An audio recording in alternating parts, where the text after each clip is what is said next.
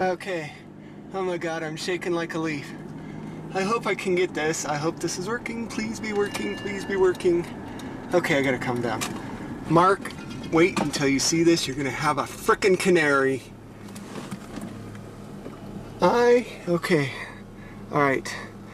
I am on my way up to the mountains to take some videotape to show Lisa. And it is December 27th, I believe. And I believe this is Jewel, and oh my god, I'm shaking. Saw something kind of out of the corner of my eye, just skirting power lines. It was tilted and straightened out and shot straight up into the air. And okay, let me get a better view of where I am. Okay, here's the power lines. And if you look, oh, where is it? Where'd it go? Son of a bitch, I hope I didn't lose it.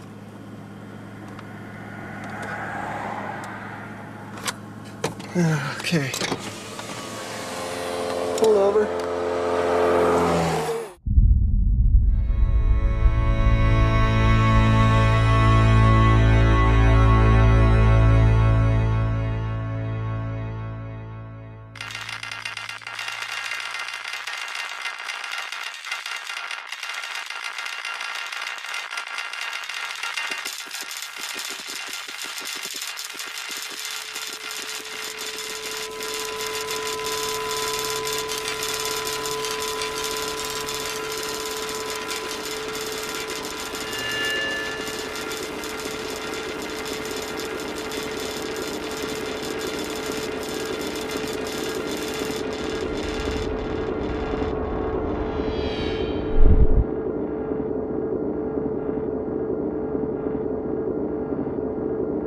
I actually noticed it as I was turning into come up to Daniels Park. Just kind of caught out of the corner of my eye and didn't really pay much attention to it.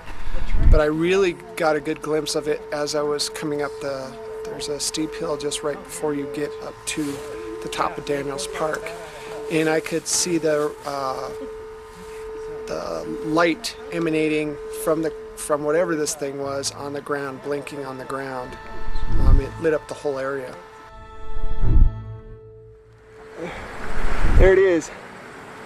There's the thing that's been following me. Oh shit, what is that? Yeah. But too bad it's so close right here. Where did it come from? I don't know. The girls saw it. There it was, and the girls saw it. They said aliens had no idea what they were talking about.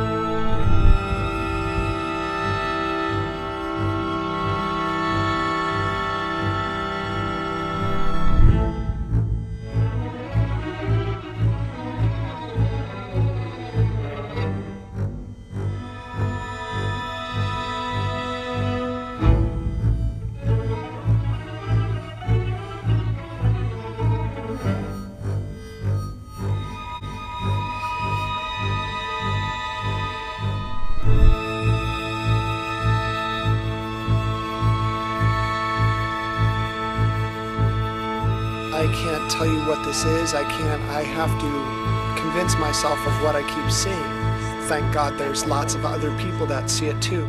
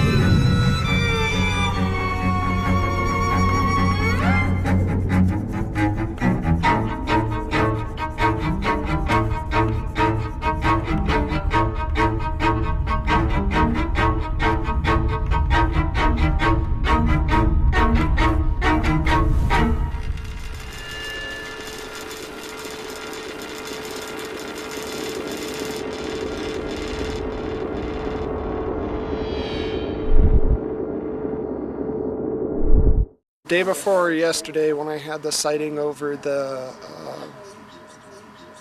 over my work, actually, when my boss first saw it. That night, something must have happened because I woke up in the morning and I had some indentations in my back, and I didn't notice this actually. My sister noticed it, but I noticed that I had sores around my wrists, like I was been roped or had been handcuffed or something. Okay. And it's healed amazingly fast.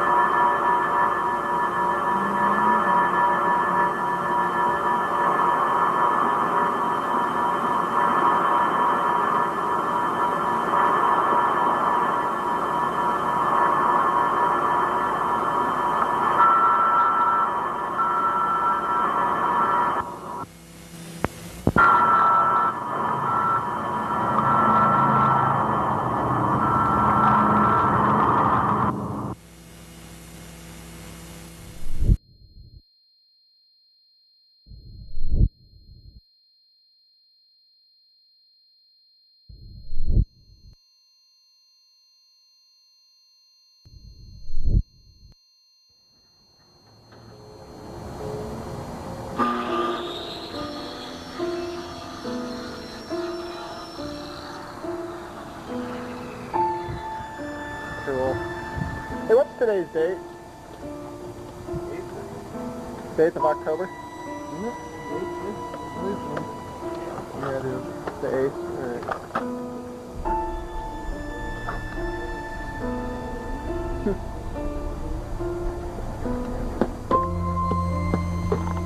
I don't know, personally, I think it's a little fishy that something happened and just the next day they come and replace all that siding.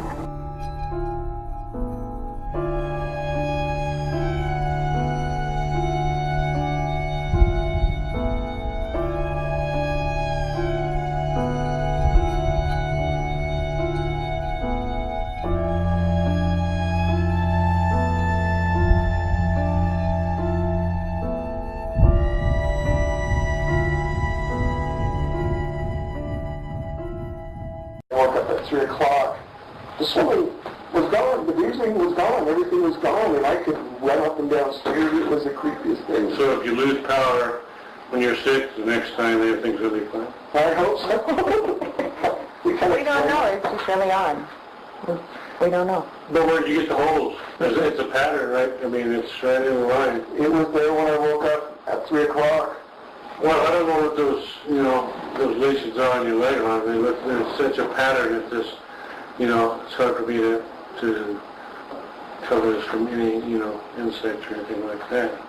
More likely, it could be the pressure. There's no rivets or anything on that immobilizer. But the immobilizer's gone. It just disappeared. I can't find it anywhere. It just disappeared? It's gone. You were at bed? Yes, I did. I went to bed, it's gone. We looked everywhere for it. Where do you live? I want to go investigate. I don't know. But anyway, your exam was fine today.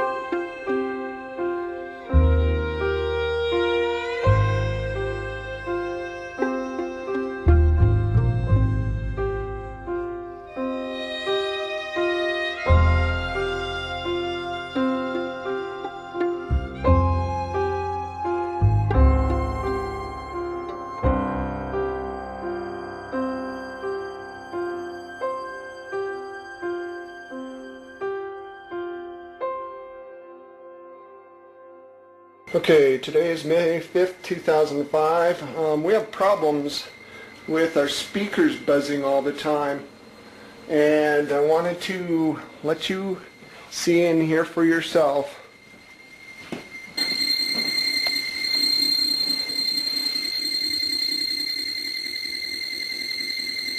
Okay, once again, it's off. There's no power. I'd like to know how the hell they do that.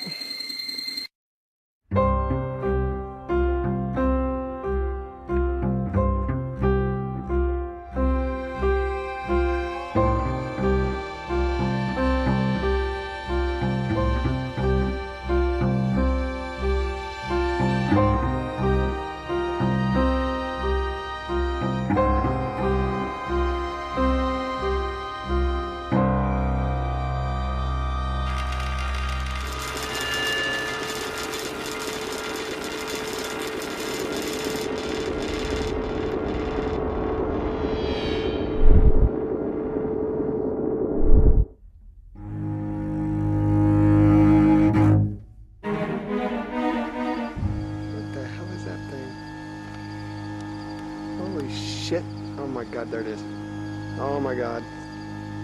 Oh my god. Holy shit, what the hell is that thing?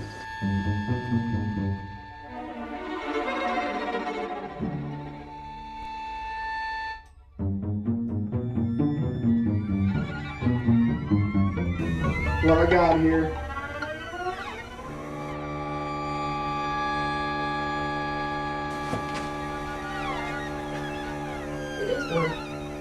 See?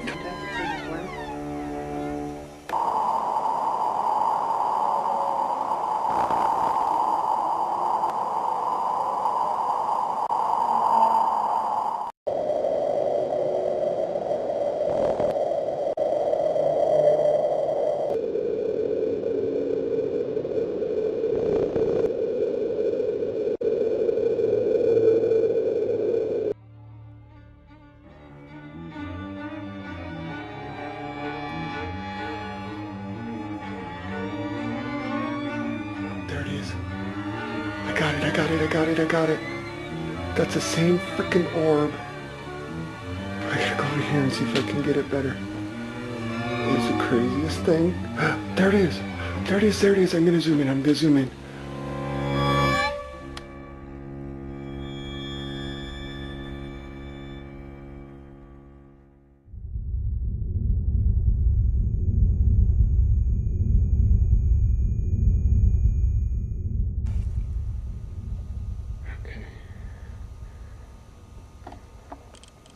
Just keep it rolling there.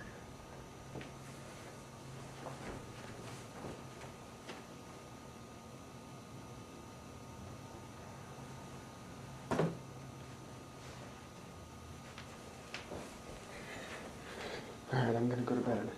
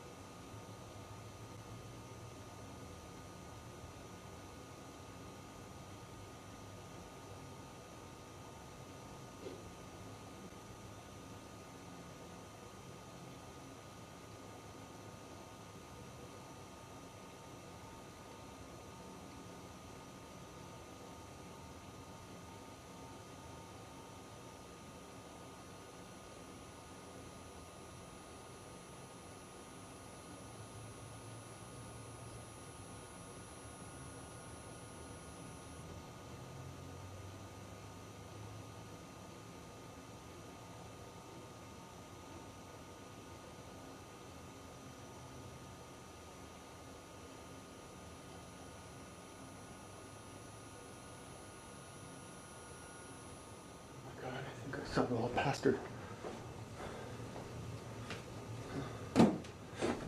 Oh man, what is that?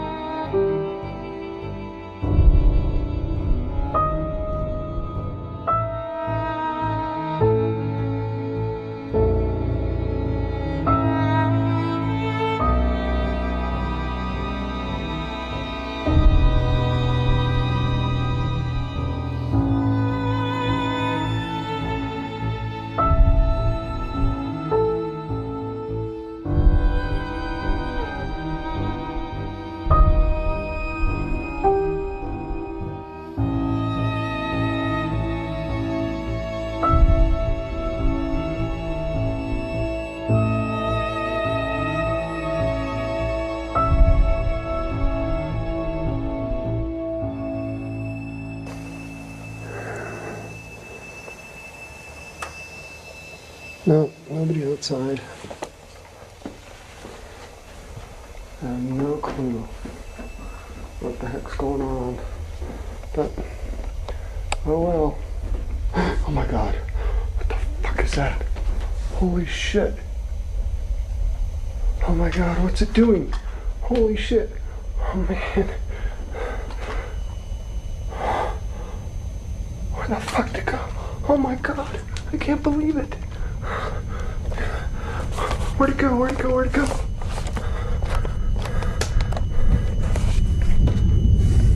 Holy shit. Oh my god.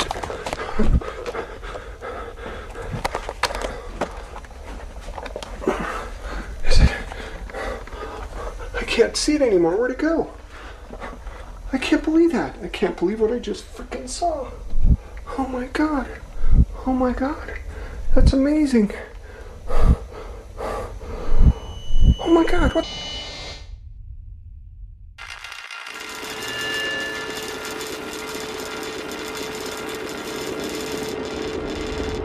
Message delete. Press 7. Reply. Press 8. Save. Press 9. More options. Press 0. Resave. Urgent message. I apologize for being so forward.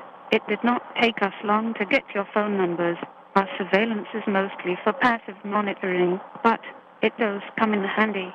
I cannot tell you who I am for safety reasons, but I can tell you that your perceptions of Stan Romenek and his experiences are real. As you have probably noticed, Stan is slightly different. The way he thinks, the way he perceives the world, seems to be a little more advanced than usual. The interesting thing is that Stan has no idea who he really is. Okay, Lisa, hit the button. 1 old message. Hello, Stan and Lisa. My intention is not to scare or alarm you, but to warn you. It is great that you are back in Colorado, but Colorado Springs was not a good idea.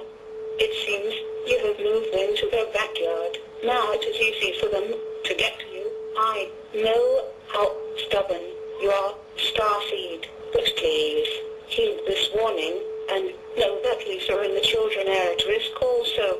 Now listen, Starseed. You know you are different. Follow your instincts and stay alert. This is too important. Soon it will all be revealed. And Starseed, do not be afraid of what you are.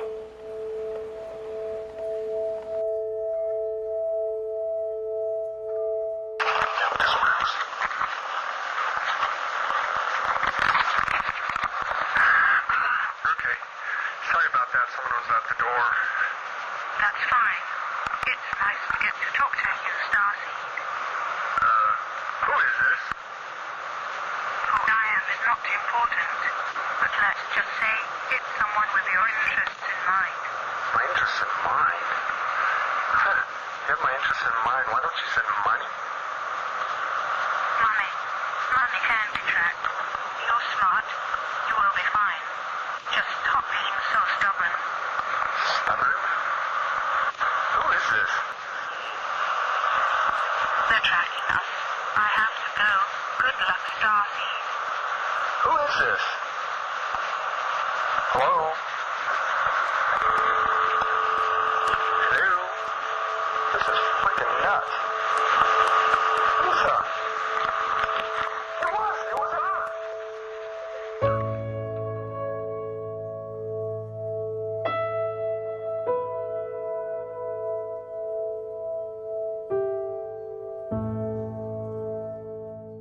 I keep hearing like some weird ass thing in the background. Like a mumbling. Or something. Yeah. Are you still there, Heidi? Yes, I am. What the hell was that?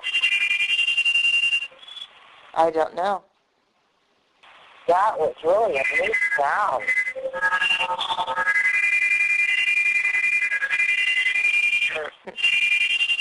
Is that? It's making me feel weird. You hear that, Stan? Real? Feel weird. Just stay on. How do you feel weird? Hello? Heidi, I'm here. Did we lose him? Stan? Let me bring Stan back in, okay, Heidi? Okay. Hang on. Okay. Are you there, Heidi? Yeah. Okay. Hey, April, is Stan there? Yeah, he's on the floor. He passed out.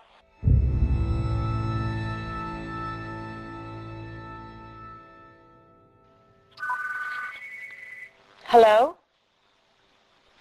Victoria. Yes. Please tell Starseed we are sorry. We did not mean to affect him that way. It is to help him transition into the next step.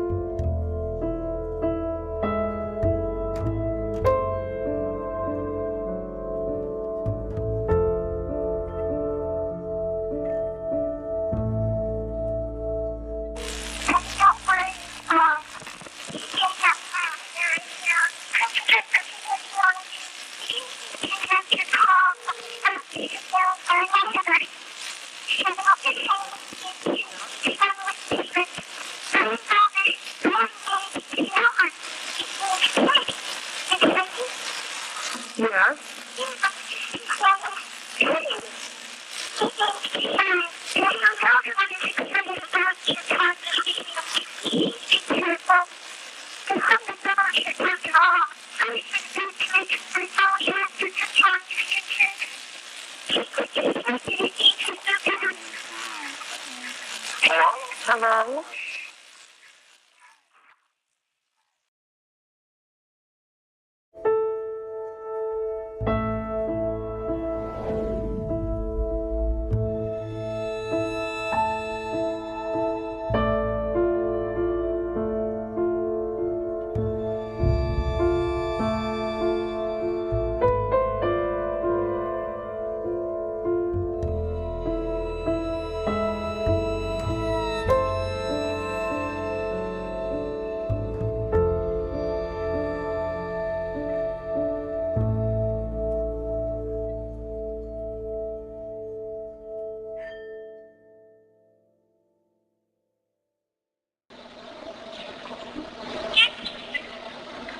Yes? Hi. We can hear you. Is this Kioma? Yoma, hello. Kioma, are you there? Oh, sweet little girl, we can hear you. Can you talk louder? Hello? I think somebody's playing a joke on us. You're silly? Why am I silly? Okay, if this is Kioma, when are we going to see you in person again? Oh my gosh. Hello?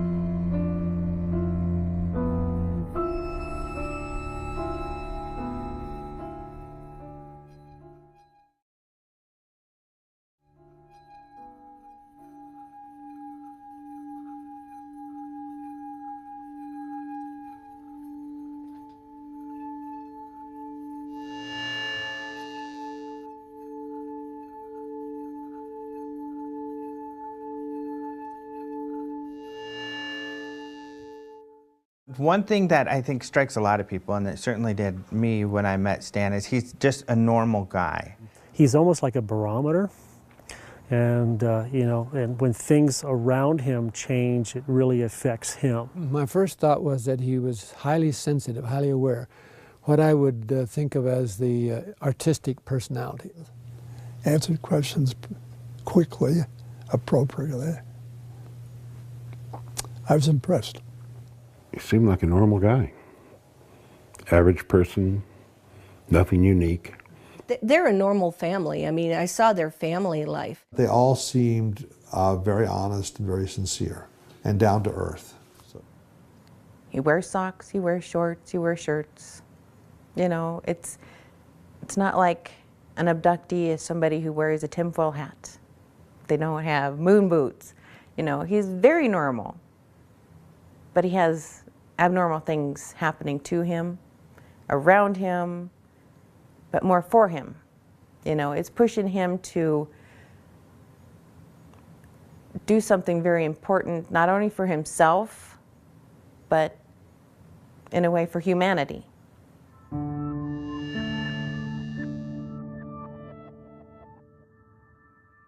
Well, I grew up in a military family, and you know, we moved around quite a bit. Not as much as most, but I had the added discomfort of suffering from severe dyslexia, and in those days they didn't know much about my learning disability. And they don't even think it's a learning disability anymore, but I was always put in classes with, you know, in special ed classes with the retarded kids. I remember I had a teacher make fun of me in front of the class and then grab me and throw me in a closet and lock me in a closet and said, "This is where we put retards." And yeah, it was terrifying. It was horrible. It was a horrible experience. And I had, you know, I had gang members around me all the time because of the neighborhood we lived in. I had the Crips on one side, the Bloods on the other, and they were constantly fighting amongst themselves. And I was always, you know, have stab wounds and stuff like that. I was always caught in the crossfires. And they used to pick on me a lot because, number one, I was the only white kid. Number two, I had a learning disability. And I had to learn to fight because of it. Everybody beat me up, and then I started beating everybody else up, including the principal of the high school I went to.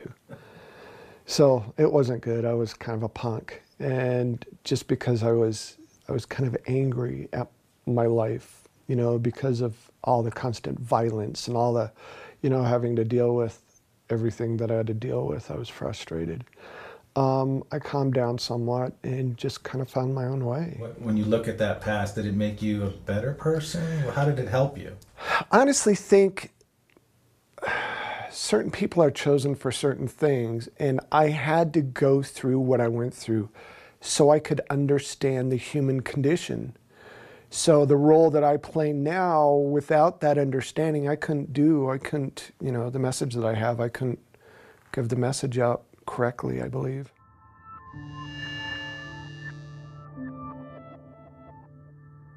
You know, when I was growing up, my opinion of UFOs was, I thought people were crazy if they believed in that stuff. You know, I just didn't believe it. There was no reason to. I didn't even pay attention to it. I was in my own little world, my own little reality bubble, and that's the way it was.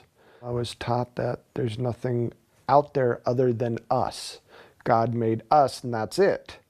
And so when this big event happened, it switched everything around. I mean, it literally took me a good 2 years to come to terms with what had happened. And stuff continued to happen through that time. And what makes it so different is when the stuff happened, there were other people around. I wasn't by myself like a lot of these that you hear about. Most of the stuff that happens with me, even now, only happens with a lot of people around. So it you know, it took a lot to shake my tree, but when it shook violently, and it changed everything.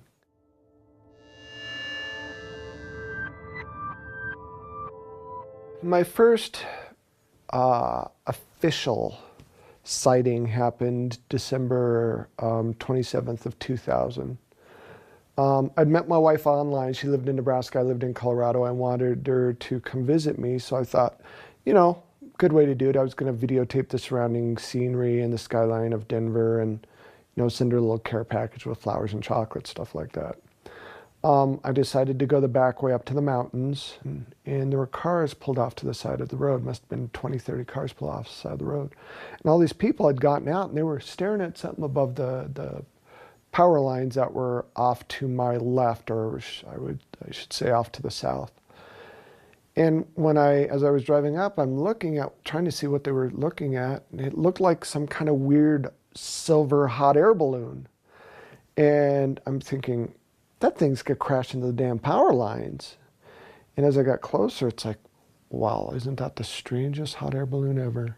I got my video camera and started, trying to videotape this thing. As soon as I rolled down my window, this thing acted like it noticed me somehow. And it was actually tilted forward, and it was moving along the power lines, and it reorientated itself and literally shot to about 1,000 foot. Before that, it was maybe 100 foot off the ground, just right above the power lines. And again, 30-foot diameter, this thing wasn't small. I was fighting within myself, am I really seeing this? And if I am really seeing this, it has to be some kind of military thing, but how can the military have anything like this? Are they really that much more advanced, and blah, blah, blah, blah, blah. And then I get a hold of Lisa, I call her and I explained to her, and I was upset. He called saying, "You're not going to believe this. I don't know what this is, but turn on your web camera." I took the camcorder and I put it on the screen, and I put the camcorder up to the web camera so she could see it. I was very excited, and he was convinced he was insane. And I'm like, this is so cool. And she believed in this stuff and I didn't. So she kind of helped me calm down. I mean, he was just so excited, but scared. It was just that little boy in him where it's like, you're not going to believe this. And yet it's like, I don't believe this. This is too weird. This is too scary. But this is really cool if this is what it is, kind of a drama with him. It took a lot to convince me that anything like that was even remotely real.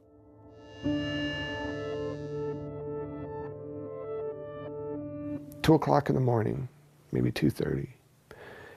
And they must have been knocking for a while because I'm a heavy sleeper, but they knocked long enough that it woke me up. And first thing I thought is maybe my friend ran out of gas and he had to walk back. Maybe it was the neighbor, they were drunk.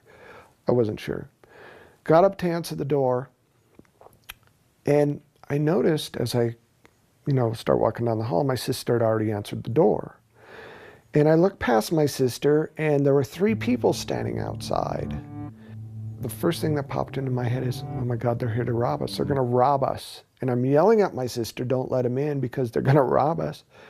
And as I get closer, I realize that eyes are kind of just slightly open, mouth just wide open, and she's staring at the ceiling like she's still asleep or something. And I'm yelling at her and she's not moving. And then when I get really close, I realize there's a female and 2 males. And I gotta tell you, I was really scared. I was really scared because I had just come to the realization that UFOs were probably real.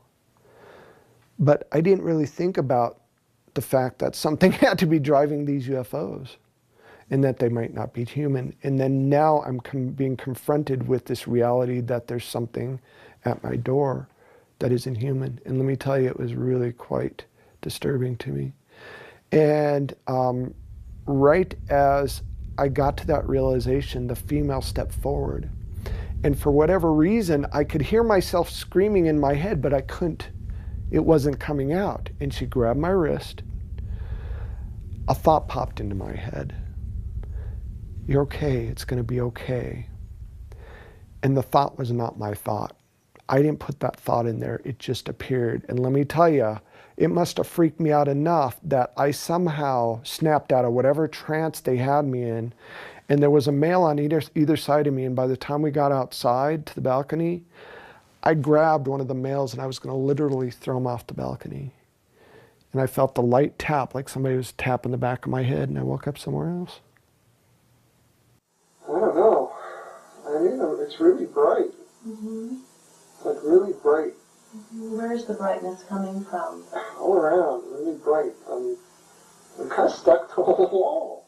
Mm-hmm. I think it's a wall. I can't tell. Mm-hmm. What makes you think you're stuck to a wall? I can't move my arms. I can move my head. I can move my body. That's like I'm sucked or glued to the wall. You know, you go to an amusement park and those centrifugal force rides that spin around and you're stuck to, that's what it felt like to me. But it was incredibly intense.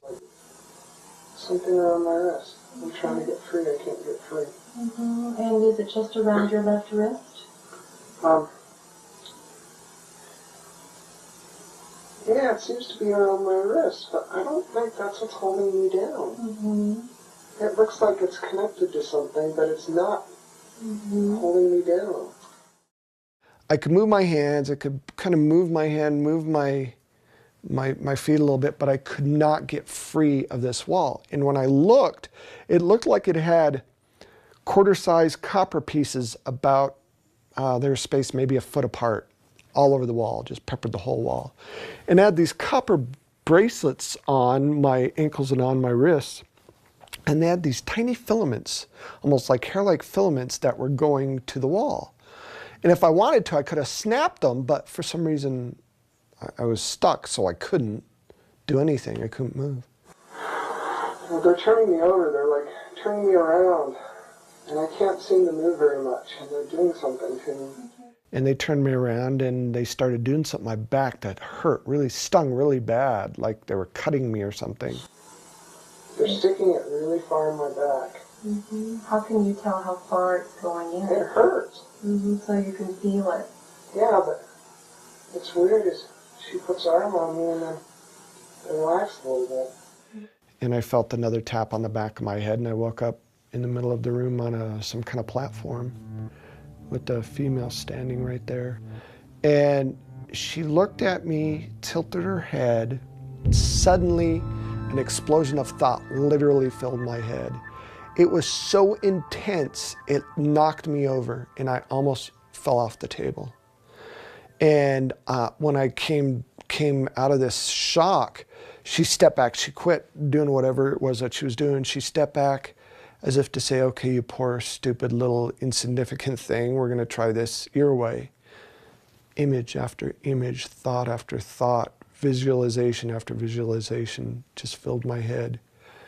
It was then that I realized whatever this thing was, it was way more advanced than me. He has that experience, he calls you up. What is that phone conversation? Phone call was basically, I had the weirdest dream. He said, but it doesn't make sense because I have all the hairs all off my wrists and I have these sores on my back. I was trying to be the analytical one, you know, it's like there has to be a reason for it. It can't be that aliens came in and abducted you. And he's like, well, I know it was a dream. It was a dream. Aliens aren't real. And then he called me back because he's like, I'm gonna go. And he called me back and he goes, it wasn't a dream. I know it wasn't a dream. I fell apart. I started crying and shaking and freaking out. It's like, oh my God, because it made it real. It made this whole thing real. This really happened to me.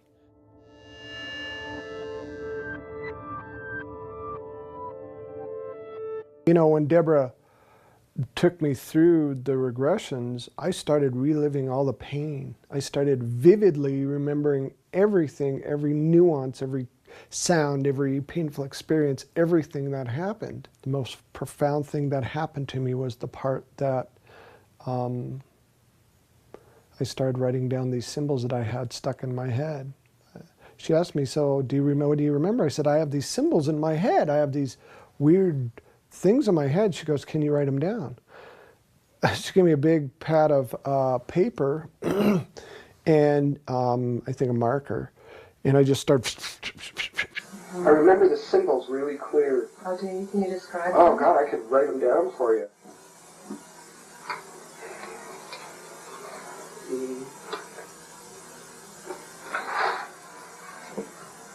Okay.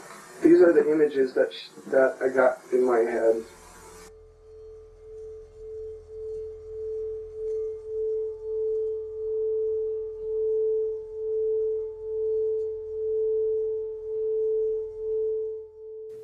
My first abduction experience really was about I think seeing who I was, maybe seeing how I developed, I'm not sure.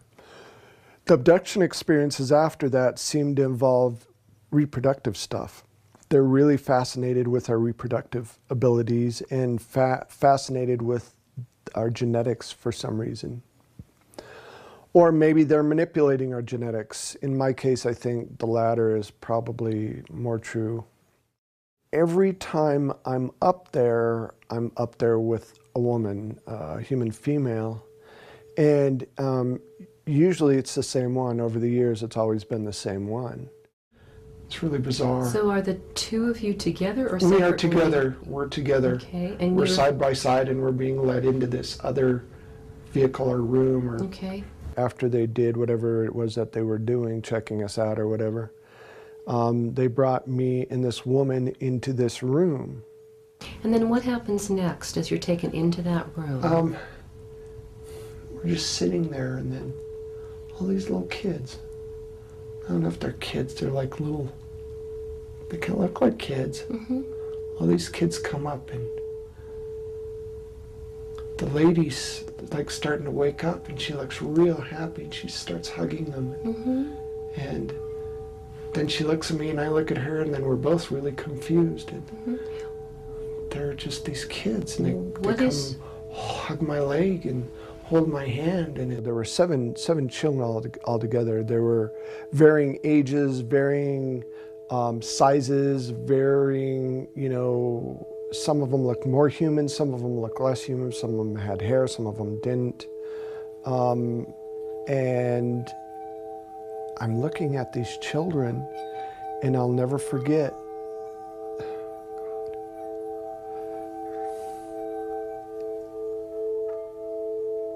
every single time I talk about this, this one little girl comes up to me and hugs my leg. And I'm looking down at this beautiful little child hugging my leg, and I realized that this kid looks like me, and she's beautiful. But she's different because it's all about the eyes. She has these huge, oversized, almond-shaped, slanted, so blue, they're almost violet eyes. Beautiful blonde hair, and she's just clinging onto my leg like, please, please don't let me go. I don't want to leave them behind. You don't want to leave who behind? The babies. The babies? What are you feeling right now besides the fact that you don't want to leave them? They're crying. They're crying? What tells you that they're crying? I can see them crying. They're reaching for me, and they're making me go. Mm-hmm. The children are making you go? No. They're taking me away from them. Stan basically was reliving his experiences. It wasn't even about remembering. And to sit there and watch as he physically experienced the pain inflicted on him was very hard. It was just heartbreaking to watch. The memories he did have of his abductions and the woman that he remembered seeing her, he knew what she looked like, what she sounded like, was hard for me. But during these regressions, it all just came really, it became a reality for me.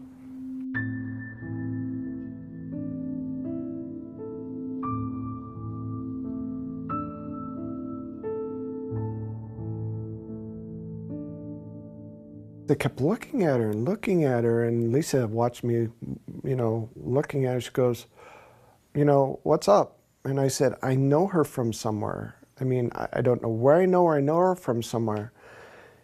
And then it hit me like a lead balloon, like a ton of bricks. She was the woman I was with all this time, every time I was taken. It was the same woman.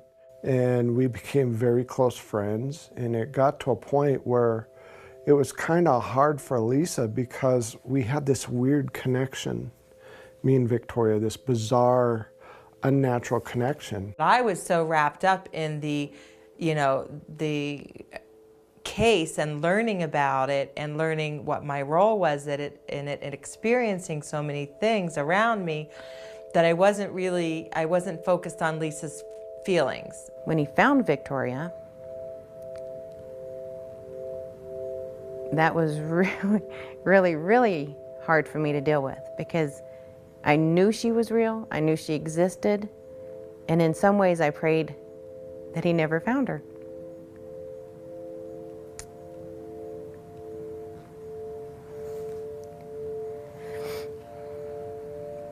Because for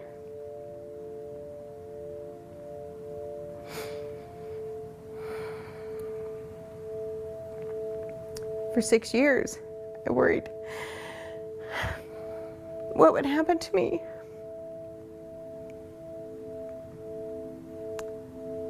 As his wife. And then when it happened, all my fears started to materialize. It was like this new courtship. It reminded me very much of when Stan and I met. The hours of conversations, and they had a connection via 7 children that Stan and I didn't have. There were some instances where Stan and I would have be in a deep conversation, and it's like she couldn't put a wedge through us because we were so focused on this scenario that we were involved in and trying to learn more about it. So I think there was jealousy, but it stemmed from probably just knowing that Stan had had experiences with this woman, me, up there. Victoria and I mean, we had some rough spots where my jealousy and my anger was very evident to anyone in that house. We'd get together and the two of them would disappear and I would flip out. I mean, I would just be furious because when I voiced my concern, it's, oh, you're imagining it. It's like, don't put it off that I'm imagining anything. I see what's going on in my house and I'm not okay with it. I don't know how I would have acted, but she always held herself in complete poise in class. And I mean, there were a couple instances where she'd, you could tell she was hurt or bothered, especially if he and I would go off to the side and be in this deep conversation and she'd be looking for him and we're sitting out in the front yard talking. And then I started understanding, not liking it obviously, but understanding that here's these two people that were put together in these terrifying experiences. And they needed each other to figure out what had happened.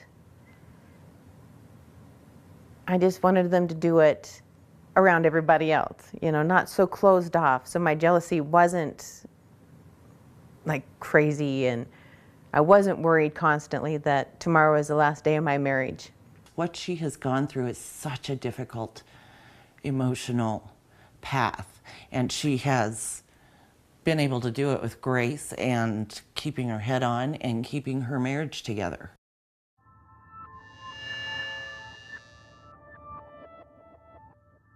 I have never doubted that my husband loves me more than anything else.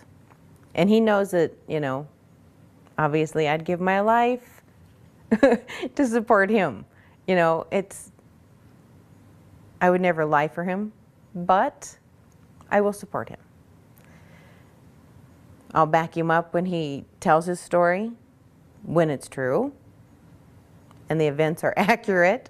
Otherwise, I call him out on it. It's like, no, that's not when it happened.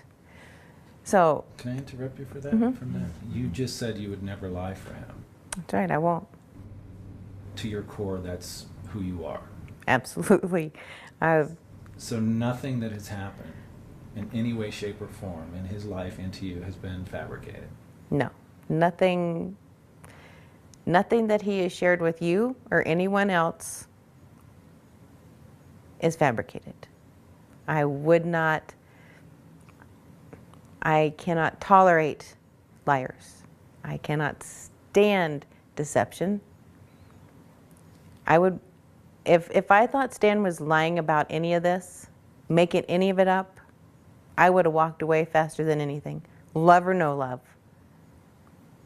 I wouldn't do it. He's not lying. Stan, no.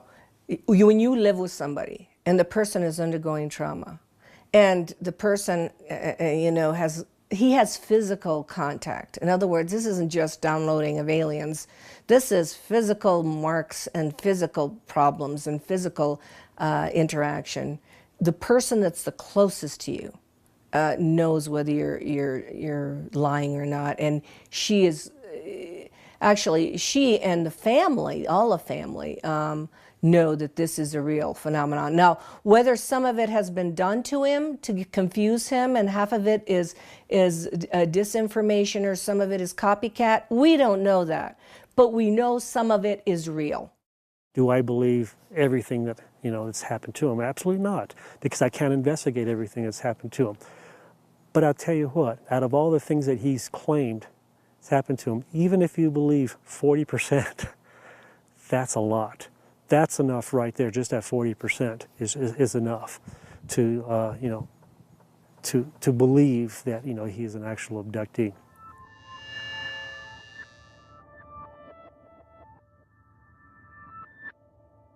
This light just explodes onto the ground right next to the house and starts coming up towards where the video camera is bolted to the side of the house. And you see these what look like soap bubbles start flying around, and it almost looked like there's a little bit of steam coming off the grass when the light hits the grass. And then pretty soon the video camera was taken out, and I came back with a bloody nose and peeing blood. And later that morning when I woke up, I went to go check to see why the cameras didn't, you know, why the cameras stopped working. Because we saw on the video, you know, this amazing event took place and the beam of light hit the ground next to the house. But it stopped working, and I wanted to go see what the heck happened. So I went outside and I noticed this. It's as if where the beam of light hit the camera, it cleaned the whole area of siding in this perfect like arc. And it literally melted the siding. You could see where some kind of heat warped and kind of browned the siding a little bit, especially up toward the camera. And it also killed the grass below. Now, when they analyzed the siding, it cleaned the siding somehow, or pulled the dirt out of the siding all the way through the molecular structure of the siding itself. The very next day, I was going to collect a piece of siding because it was my day off and Lisa had to go to work early. And I woke up 8 o'clock in the morning because I heard this pounding. It's like, what in the world? I went outside to look, and there were two guys had taken down my surveillance camera and laid it in the grass, and they were replacing the siding of my house. I was pretty upset that they touched my surveillance camera, and what the hell are they doing replacing the siding? I tried to get a hold of the landlord, but the landlord was on vacation, and I asked these guys, what the hell are you doing? Well, your landlord wants us to replace your siding. So I had no way to check right away, so I let him do whatever. And I go, well, I want a piece of the siding. And I started rummaging through, and they got really irate. They said, no, absolutely not. We got to keep every little piece of it because we got to prove to your landlord we replace the siding. I knew instantly that there was something fishy about that whole thing. Well, about not quite 40 minutes had passed, and all of a sudden I heard a shop vac going. Well, I came running outside, and they were shop vacuuming the yard, and when they weren't looking, I grabbed a piece of siding. Even before then, I went and got my video camera because I wanted to videotape the whole incident because I didn't trust what was going on. And it's weird because they wouldn't look at me. I got them to tell me what date it is and made small talk, and they didn't even look at me to see that a video camera going. They just refused. They always had their back to me, constantly trying to turn their back. And when I purposely walked around to face them, they'd turn away. And so I grabbed a piece of siding, and after about 45 minutes, they shot vac the yard. And I thought they went to lunch and were going to come back. They disappeared. says Bob sighting from Grand Island, Nebraska on the side of their truck. And all they replaced is where the UFO beamed my surveillance camera. That's it. And when I called the landlord said, I didn't ask for them to sight the house. Why are they sighting the house? I hope they don't charge me. So, and then the investigators looked up Bob sighting from Grand Island, and there's no such thing. No such thing.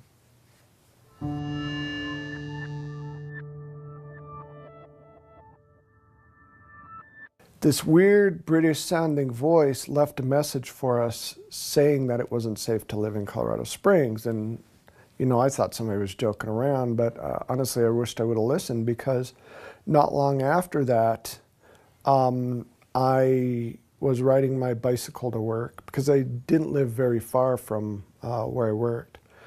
And this black SUV kind of pulled up alongside of me as I was riding, and I heard them say something. It's like, oh, great. You know, some militaries, drunk military types trying to start trouble, because there's a lot of military bases in Colorado Springs. Well, I ignored them and kept riding. They were stopped behind a car at a stoplight, so I just went up and over an embankment and drove into the parking lot where I worked, and I was going to go around the building to lock up my bike. Somehow these guys knew exactly where I parked my bike, because they found a back way to get into the back parking lot where they cut me off. It was a guy on the passenger side gets out of the car and says, "You need to keep your mouth shut."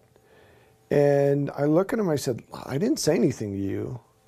And I knew these guys were going to start trouble, and you could tell they were definitely some kind of black ops or military just by the way they looked. He started shoving me, and I kind of fell off my bike a little bit, and I heard him talking about the alien stuff, and I said, "I can't shut up about this stuff. That's ridiculous."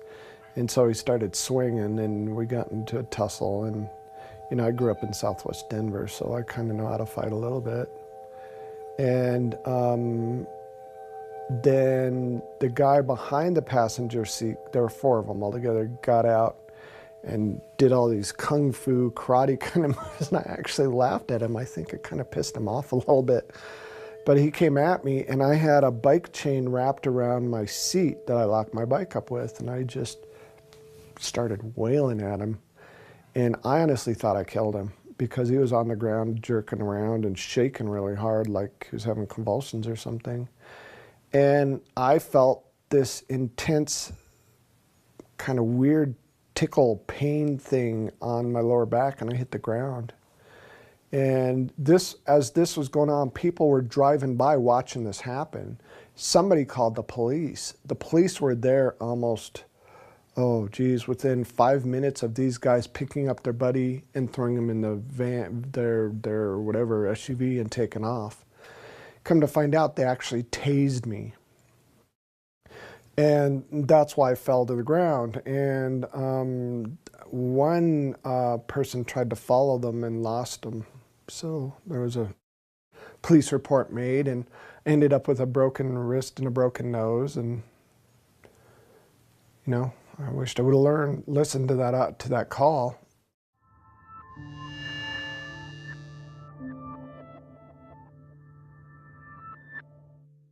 This probably was the most significant event for me out of all of this that's happened so far. I'm still waiting for something more impressive to happen.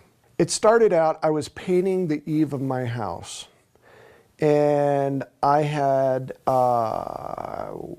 grabbed for, I think it was for a brush to kind of brush the old paint off the eave, and I kind of fell off balance a little bit and literally fell 12 feet onto the ground, and I tried to catch myself. Trouble was, there was a wheelbarrow full of bricks just right beneath me, and I twisted my leg just right and tore the anterior cruciate ligament in my hamstring of my right leg. Went to the doctor. They told me I was going to need surgery that next Wednesday. I think this happened I think it happened on a Friday, so I was going to need surgery that next Wednesday. I had to wait through the weekend and everything. Tuesday night, something happened though.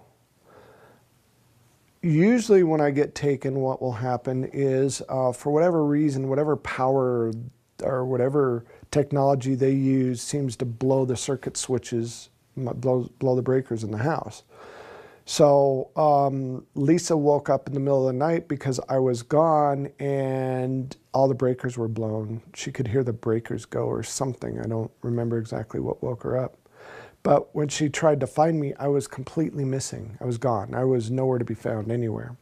She looked everywhere for me.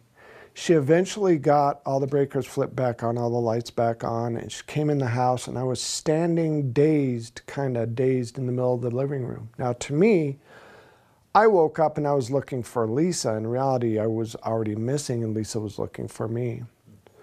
We didn't really give it any more thought. We didn't give it a second thought. And we decided, you know, we'll just go back to bed. You know, it could have been a fluke, who knows. Well, the next morning, Lisa, I couldn't work because of my knee, so I was off work. And Lisa had to get up fairly early to get ready for work. So 6 o'clock in the morning, she got up and she noticed this circle in my yard. And it kind of looked like the same circle that we had in our yard from a prior abduction. Now, what's interesting is Lisa woke me up to come look at this circle. And she was looking at me weird, and I walk up to the window and I'm looking, I said, that's just crazy. How'd that get there? And Lisa goes, do you notice anything different? I go, yeah, there's a damn circle in our yard. She goes, no, do you notice anything different? I'm looking at her like, what are you talking about? So she goes, come here. So I walk over to her and it's like, hey, where'd my knee brace go? Where'd my cast go? And how come my knee doesn't hurt anymore? And how come it's swollen anymore? And why in the hell do I have 5 holes in the back of my leg? There was hardly any bruising left. My leg felt a little stiff, but after a while it stretched out and no pain whatsoever. Well, they found my knee brace a few hours later when the researchers came over on the side of the house, literally melted into some bricks, including the aluminum rods were all melted. And bits and pieces of it were found in the field behind our house and some of it on the swing set that was in our yard, as if this thing was thrown out of some high place and it just landed on the side of our yard. Well, the funny thing is, I had to call the doctor to explain why I didn't need surgery.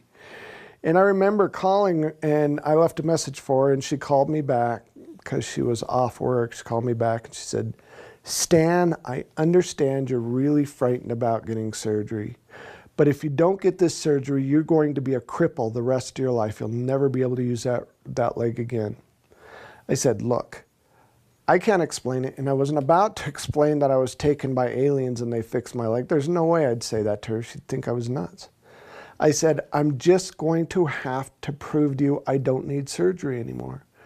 She goes, all right, I'll tell you what. I'm not at the office right now, but my associate's in the emergency room.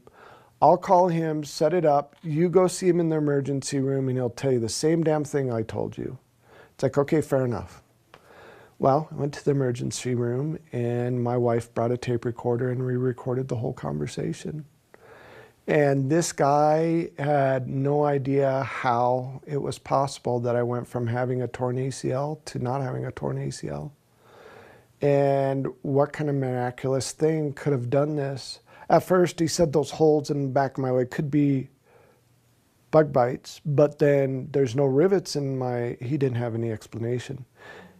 And then he suggested that we call the Ghostbusters to come figure out what was going on. And I never told him anything about the ET stuff. He just assumed.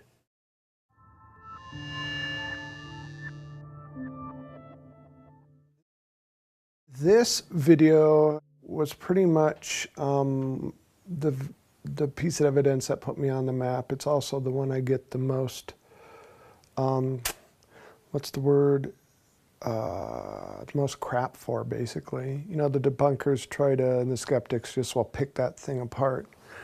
How it originally started, I got married, moved to Nebraska, and I was living in a town called Kearney, Nebraska. And I was watching TV and got up to get a drink of water when I noticed movement outside of one of the windows. And it's like, why the hell would somebody be looking in our window late at night? And then the first thing I thought was, oh my God, we got a peeping Tom trying to see my stepdaughters. This literally went on for months, good 3 months, maybe 4. Called the police, neighbors knew about it. It got so bad we set up little booby traps outside. And every time, you know, we heard a noise, we had a bat by the door and we'd run outside, but nothing. One day, one of the researchers said, hey, you've got a Sony Hi8 camcorder with night shot on it. Next time you see movement out of one of the windows, put on it, grab your tripod, put on a tripod, point it toward that window and see what you can catch. Well, it happened, and I grabbed my camcorder and put the camera on the tripod and pointed it toward that window. And I went to the bathroom. I was sitting at the edge of the bathtub reading a magazine because I really wanted to catch this guy. I wanted to give him a little time to look in the window. And I was reading the magazine, and there were 2 flashes of light. And the second flash of light was so bright, it almost blinded me, and I had the door almost all the way shut. It's like, holy crap. So I looked, and I kind of ducked back, and then I kind of looked again. I see this head pop down, and it's like, yes, I got him. Finally got the little son of a gun. And I went to go look out of the window to see if I could see this guy, and I saw what I thought was a small child running toward the backyard.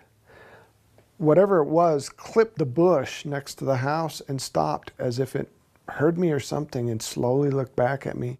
And what's interesting is I thought it was a full moon because I had a real good visual of this thing, whatever it is.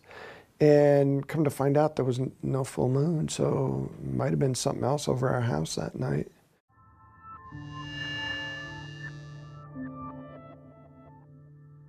I was kind of staying away because my stepson had friends over for a sleepover. I didn't want him to get in trouble. And I woke up because I heard a noise. I had one eye open. And I'm sitting there going like this, and I see a naked figure run into my kitchen. I'm thinking, what in the heck is my stepson doing? I thought his friends dared him to do something, and I was going to go find my camera to blackmail him because I wanted to catch him on camera. I went upstairs, and they were still asleep. I kind of woke one kid up, opening the door. I said, I heard a noise, and then went back to sleep. Went back downstairs, made sure, there was nobody messing around with me. I was just about to turn off the camera when I see this figure looking at me through the sliding glass door, blinking, moving. It's like, that's got to be somebody in a costume or some kind of puppet or something.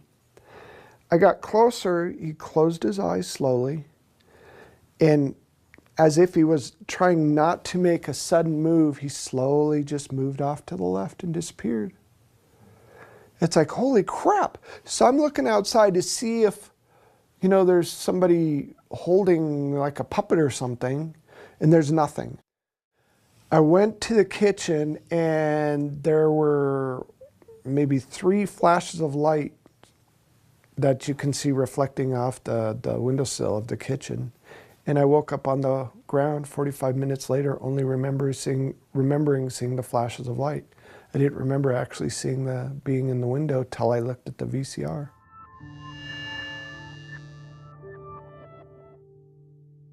Well, we were having a party up at their home, and it was a book signing party. A surprise party for Stan. One of the things that we try to do is make sure someone is with Stan at all times, so that if something does happen, if he sees something, that there's a witness there. It was raining outside, and I was looking out the window, being really grateful for the friends I had, when I noticed this little girl at the edge of the driveway. Stan had seen the little girl outside, and it was raining. He's like, come here, Victoria, look at the little girls out here. And I'm like, Stan, it's probably just a neighbor kid. Just get in. I'm not going out there. It's raining. You know, and it was after that that I said, I will never not pay attention if Stan Romenek says, hey, look at this. This is unusual. I had my porch light on, and it illuminated the yard up enough that I could see this little girl standing in a gray jumpsuit at the edge of the driveway. She had dripping wet hair, and I'm thinking, it's 9 o'clock at night, it's raining, this girl's wearing a jumpsuit. What parent in their right mind would let their little daughter out in the rain like this?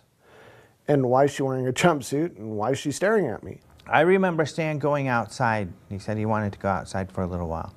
And it was kind of funny because then my friend Rick comes over and he goes, where's Stan? And I said, he went outside. He's like, is he alone? And I said, yeah. He's like, oh, I better go. Damn it. Let me know whenever this happens. So I went outside immediately. I was looking for a flashlight. All I had was my camera, and I was using my camera as a flash because I wanted to see what this little girl wanted, and she ran away again. And it was by chance that I clicked the camera just in time to get a picture of her looking from behind a tree, looking out from behind a tree. And I was so dumbfounded and amazed by this picture. All I could do was sit there and stare at it. He had an odd look on his face, just dumbfounded. And I joked with him. I said, hey, Stan, how are you? Doing okay? He didn't respond. He just he stared at me. And I was speechless. I couldn't say anything. He goes, Stan, are you okay? And I just showed him the picture. He goes, oh my God, you have to show everybody this picture. This is the most amazing thing I've ever seen. When we got back into the party, I told everybody, I want everybody to listen for a second. And I said, I need everybody's attention right now. Something appeared to have just happened outside. And I'd like every one of you to look at what's on the camera here. And her eyes were really large. They were very large, almond-shaped, human eyes, but very, very large. It was more than a photograph. She was on top of that camera, emoting emotion. It was a moving moment. Many people just started crying. They didn't. There was something so profound about what appeared may have just happened. So this was really strange, and we're all, you know, kind of freaking out about this. Everybody had taken a look. So I kept telling him, let's get this on the computer, let's get this on the computer. Nobody said, go put it on your computer, go put it on your computer so we could see it bigger. I took 2 steps down the stairs to go to my office. Beep! The pictures disappeared. We checked. It was off the camera, not there. The shots before it were there, the shots after it were there. Every single person that was at that party saw it before it disappeared. And then he received a phone call. And then 2 minutes later, the phone rang, and somebody handed me the phone, and I answered it. It's Daddy, don't worry, I love you, I'm okay. I started just crying and crying and crying because I knew in my heart that it was. And then it all come flooding back. That little girl that was hugging my leg was the girl that was there at the party.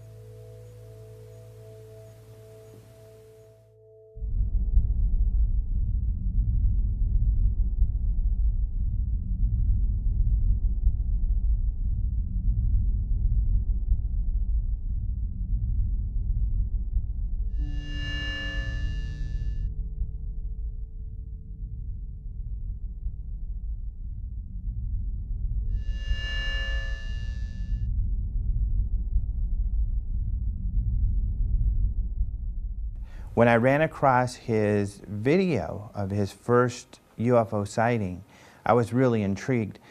Plus, I was part of MUFON, and I noticed that they had one of their investigators look into it. So really, I kind of, since it was some of the best video I had seen, wanted to look more into the veracity of the video. And I found that it was very credible that the MUFON investigator had found there were several witnesses to some of his first sightings.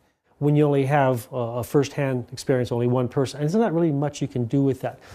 That's not the issue. That was never the issue with Stan. There's just so much information out there. It's almost overwhelming. Stan's story is incredible also because it has so much proof. It has so much credibility. I mean, he has not only photographs, films, videos, he downloads formulas. He has it all in that story. That story is a goldmine for an example of perfect contact.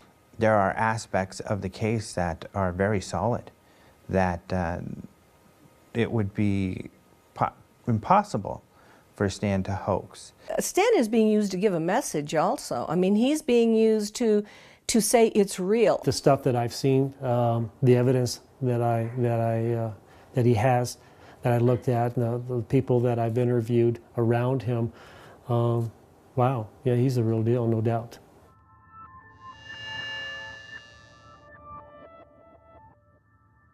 My name is Claude Swanson.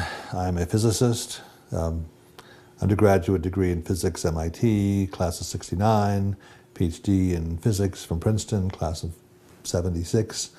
I did engineering consulting with the government through consulting companies for 20 or 30 years. What got me into physics was my real true love, which is what's called unified field theory, which is like the theory of everything. It's like the deepest questions of science, how things really work.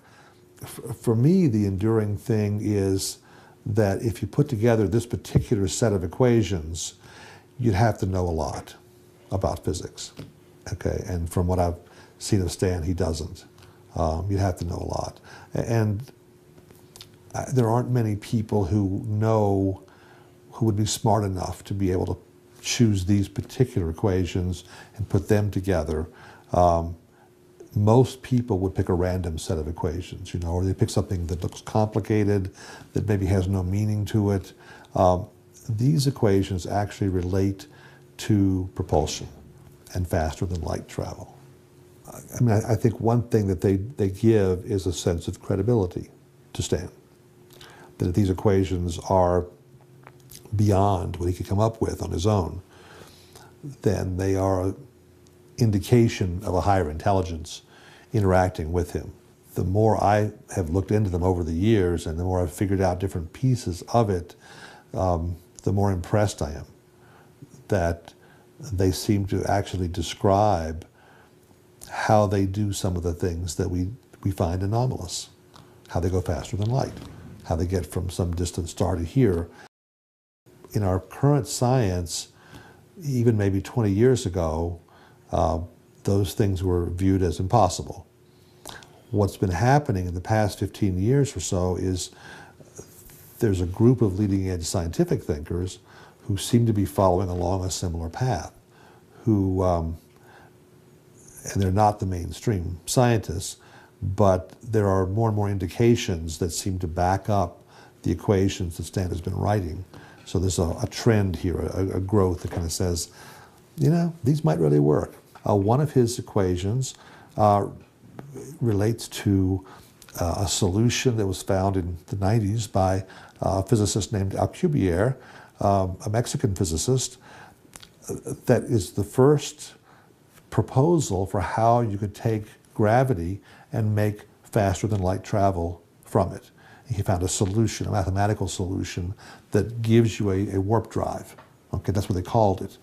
Now, it involves some conditions that are not realizable in our current physics today, but still it's a step in that direction. And as you look more into it, you find, and that's one of Stan's equations. And as you look into it, the other people, Puthoff and Robert Dicke, whose equations also show up in Stan's work, they're also working on the same idea, how to change space-time in ways we didn't know was possible before. Right now, what I'm picking up is that there's a theme. And the theme is that it is possible to get from there to here. Our present conventional view is we couldn't have ET visitors because it takes too long for them to get from there to here at the speed of light or less. But suppose there are ways of warping space and time or going faster than light. And that's what some of these equations are hinting at.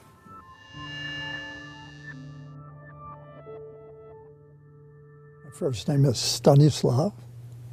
My middle name is Gergely. My last name is Ojak. I have a PhD in clinical psychology, and I have a background in engineering, architecture and design, industrial design, and education, headmaster, private school for gifted children. I administered, with his agreement, with no one else around. His wife was in that building, as was my wife. It was a home of a mutual friend. There were about 5 other people, and they're in the remainder of the house, and we used this office. The doors were closed, very private. I asked him a series of questions to determine, from my interpretation, his coherence, his intent. Is he there to bribe me intellectually? Does he want me to set up some kind of an assessment or analysis to glorify who he is? I look at all those issues. I gave him some document. I said, okay, now I want you to take these tests and answer them at whatever speed you want. Don't worry about the length of time. But you can't ask me any questions. And he said, okay. So he took the post-traumatic stress disorder assessment, and it shows that there's a very high degree of stress related to something. Now, it could be related to his marriage. It could be related to something he refers to as a UFO experience. I gave him a personality test, which is called Myers-Briggs, in order to be able to understand his personality relative to himself and the way he answers questions. I also gave him one for his ability to recall things, for memorization. I gave him one for interpretation in regards to lying. I outlined 27 different questions and how he answered them. And I watched what he did with every test, because that's part of the assessment. How did he take it? Was he eager? Was he frustrated? Was he focused? Did he ever stop and lean back? Or did he ever hit the table? Many things that might show frustration. He did all 5 tests very calmly. And when it was all through, it took, as I recall, almost 2 hours. When it was all through, he said, I'm through. How am I? I said, you look okay to me. He said, me? I said, I haven't assessed the test yet. How can I answer that? It's okay. Look at it, tell me. I said, it'll take longer than that. Because I have to look at it carefully and do an assessment. He said, can you just tell me, am I crazy or not? Can you say that? I said, yes, I can tell you. From my perspective, you're sane as most people, if not more. You merely have had more experiences that confuse others more than they confuse you. And what I explained to him, norm is not something that we can all agree upon. So we have to have a norm which to agree upon. So if you're asking for my norm, are you normal? The answer is yes. If you ask many other people, the answer is no. In fact, they probably call you weird, a liar, and things. I said, you do not lie. Or you do not to me. Your experiences are real. I have a lot of proof for it. Therefore, you're okay.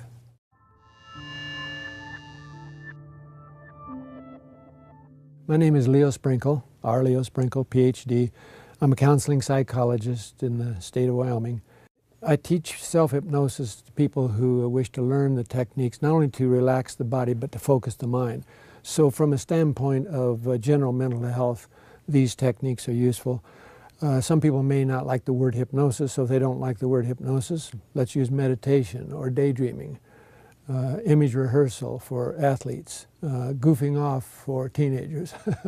The task is to assist a person to recognize that within each person is more awareness, more knowledge than he or she may consciously be aware of. So on a scale of 1 to 10, with 1 being insignificant, 10 being the most significant ever, where does Stan's... 9. Stan's case is important from the standpoint of everyday people who want something that they can put their hands on. There's a photograph, you know. Here's a telephone call from an electronic voice that can't be traced. Here is a equation that the physicists are puzzling over. That kind of information means that Stan, as a person, doesn't have to be honest, doesn't have to be nice, doesn't have to be likable. He is nice and he is honest and he is likable, but he doesn't have to be because he's got all this information around him. He has been willing not only to share the photographs, the films, the phone messages, he's been willing to work with other people and write books and to create film, so that not only his story, but the people who are with him, their stories are being documented and being shared. To me, it's part of the ongoing process. So my view is if a person has several sightings, and then they have a job, they have a task, they have a duty, they have a chore, it may be merely to recognize it and accept it and talk about it with friends and family, or it may be something beyond that. And so with Stan, the fact that he had already been willing to go through hypnosis, the fact that he had already been willing to talk about it, and the fact that he had information beyond what most people have, and that he's dyslexic, all of those things said to me that he is a messenger. And so that's why I asked him when I was with Alejandro and with him and Lisa, do you think of yourself as a messenger? And he said no. But as he talked with his wife and as he went on further, then he began to realize he may not think of himself as a messenger in the sense that he has a message. But it's just like when I was a 10-year-old kid, 5 o'clock in the morning, I'm riding my little bicycle and I'm delivering newspapers. I don't know the reporter, I don't know the editor, I don't know the publisher. I'm just delivering the news. And he's delivering the news.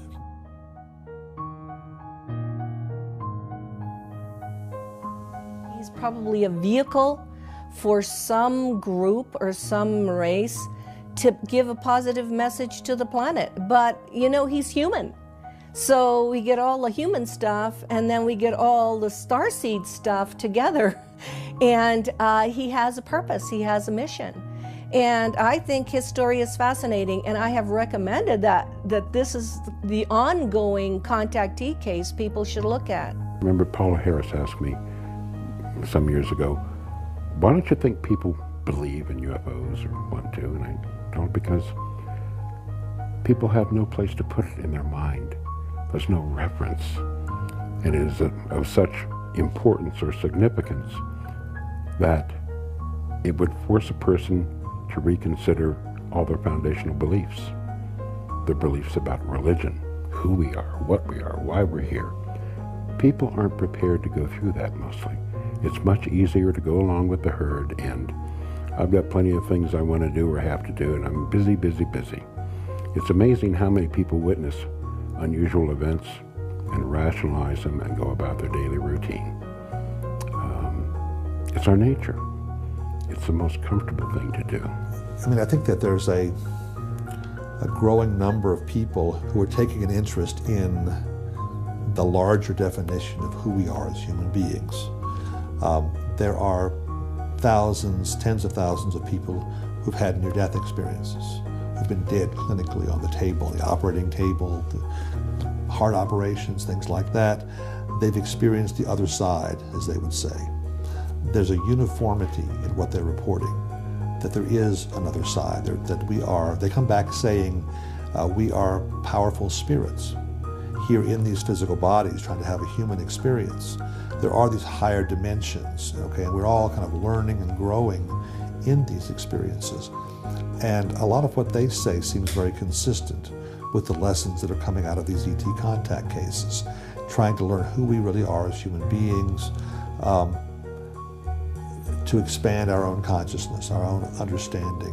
Bottom line, even Stan, I think, understands this, that the group, and there's several groups visiting the planet, the group that he's involved with have some kind of spiritual message, some kind of evolution of humanity that they want to happen.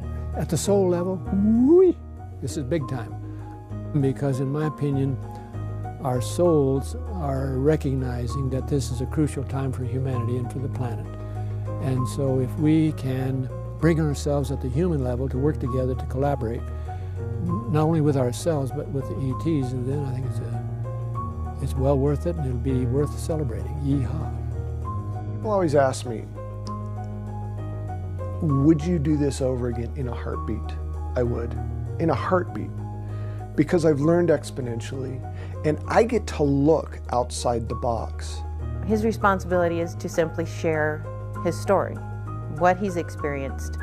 And if it helps people who are in the same situation, that's very important to us. It's all about getting the message out. Every person, whether we are a researcher, whether we're an investigator, whether we are a viewer, whether we are a contactee, or whether we're a fan or a foe of a contactee, each of us has our story, and each of us is unlocking inside. Why am I afraid of ETs, or why do I love ETs, or why do I wonder about humanity? Each of us has our own story. I have definitely gone from ignorant, disconnected, frightened, to enlightened. I have. That's what this is about. That's what my message is about. There's more stuff out there. And it's time for the human race to grow up. It's time for the human race to know who they are. It's time for the human race to understand that there's more than just themselves. It's really easy, but it's very daunting. All we have to do, the human race, is understand that we're not alone, and it changes everything. But trying to get thousands of years of,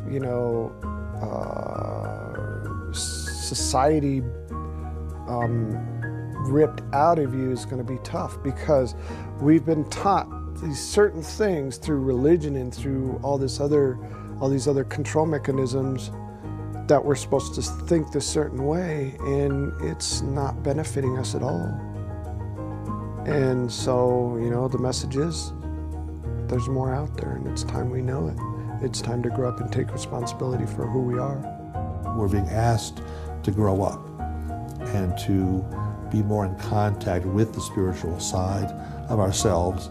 And to me, that's what this whole process is about growing up and taking on a more mature and a much larger view of who we are and how we fit into things.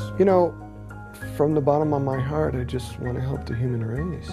It's just, I get lost sometimes. I don't know if I'm doing the right thing or the wrong thing. I just try to wing it as best as I can. But really, when I realized my role in all this, I felt honored to be a part of it. And I still feel honored to be a part of it.